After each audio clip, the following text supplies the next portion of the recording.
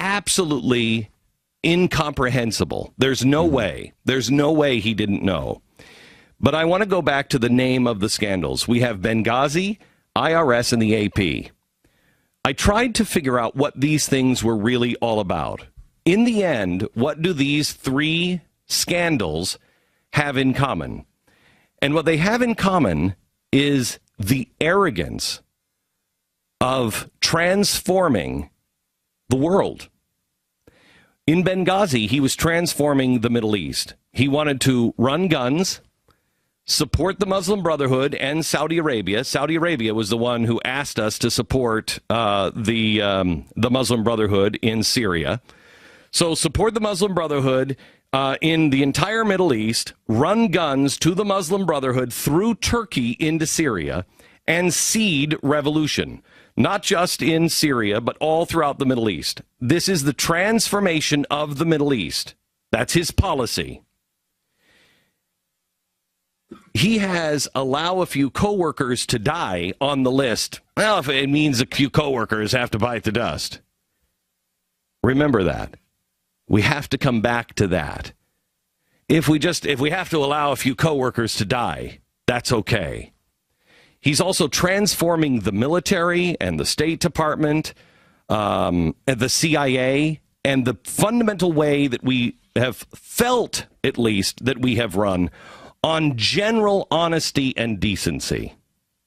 We know that not everybody in the military is a good guy. We know that everybody in the CIA is not a good guy. But generally, we have felt in the past that generally they're trying to do the right thing, and we're not going to leave people on the battlefield.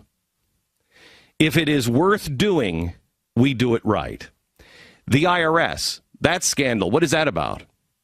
Well, that's about transforming political dissent. That's about not the Second Amendment, but the First Amendment. That is, he knows he can't come out and say, "Hey, we're going to have to shut down all political dissent. You can't go out and protest. You can't speak out against me. You can't speak out against the government." He knows he can't do that. They tried. Remember how much trouble we had trying to get everything locked down with restoring honor in Washington?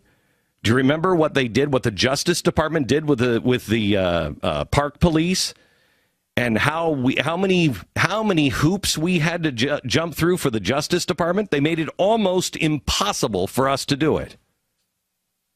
What were they doing? Your right to freely assemble. Your right to address your grievances directly to government. Your right to come together and protest. That's First Amendment. Trying to transform it. So he knows he can't say, we're going to get rid of that pesky First Amendment. Oh, wait a minute. Transform political dissent. That's an attack on the First Amendment. What did he blame Benghazi on? Freedom of speech. He said, here in America, we have this thing. And people ask me all the time, why don't we just ban videos like that? Nobody is asking the president that. I don't know a single American that would say that. Let's just ban free speech? Nobody would say that. He's saying what he's thinking. And maybe his circle of friends. You need a new circle of friends, Mr. President. So the IRS is about transforming political dissent, first through nudge. You know what?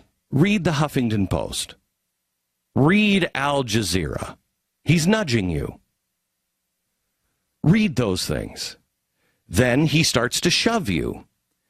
And the shove is, you speak out, I'm going to smear your reputation. You're not going to get out of this with a good name. Because I'm going to call you a conspiracy theorist. I'm going to call you whatever name I have to call you. But you really need to sit down. Because I'll destroy your reputation. I'll smear you. Shoot. This scandal is about shoot. We've gone from nudge to shove, which is destroy your reputation, and I'm going to send the union thugs out after you, to shoot. I'm actually going to use the union thugs to beat you. And I'm also going to destroy your life and finance through the IRS. I will destroy you. I will bankrupt you. When it comes to the only kind of gun the IRS has, they've just fired it at the American people. And the AP. What is the AP story about? The final piece of transformation for the media. The progressives have been trying to transform the media for quite some time, and they've done a great job. We've all seen it. Show me the media organization that actually stands up. This is the final piece of the transformation of the media. They went to the AP and they said, tell us your source. Now, I want you to hear this fact clearly. This president has gone after and is prosecuting more whistleblowers than all of the other presidents combined in American history. By the way, he's had 5 years. In 5 years, he has gone after more whistleblowers than all other presidents combined. Understand, that's during the communist hunts. That's during Vietnam. That includes all of World War II, all of World War I and Woodrow Wilson. That includes Abraham Lincoln in the Civil War. All other presidents combined. So he's already done an effective job in shutting people up. This is why when we come to you and we have one piece of paper for a 2123B, this is why you can't get more. Because these guys know they will go to jail for 20 years. They know their life will be destroyed. Their reputation will be destroyed. They'll never work again. Their life will be destroyed. Financially, they will turn them inside out. And they may very well go to jail for 20 years. And on top of that, we have other whistleblowers that won't go on the record who have told us all kinds of things, but won't allow us to go on the record yet, won't show us the actual pieces because they're afraid for their life. Where did that come from?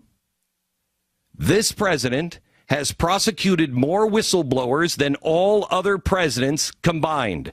The president himself, I believe, said in 2006 or 7, you should look up this quote, Pat, I know that you can find it on audio.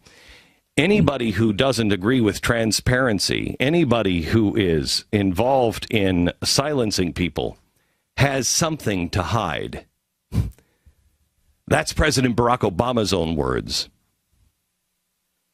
So transform the media and the watchdogs. You first threaten the media. First you threaten the watchdogs. You tell the watchdogs, you shut up or you're going to jail. And those who break through and show that they're brave enough, you have to show them how aggressive you're willing to get.